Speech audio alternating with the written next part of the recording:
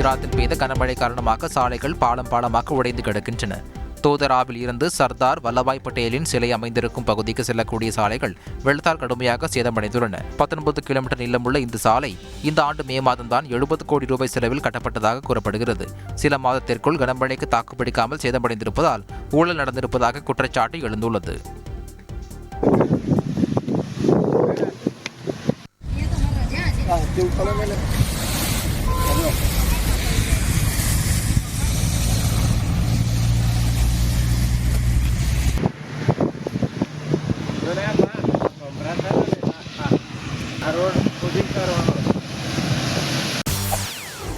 செய்திகளை உடனுக்குடன் தெரிந்து கொள்ள உடனே சப்ஸ்கிரைப் பண்ணுங்க.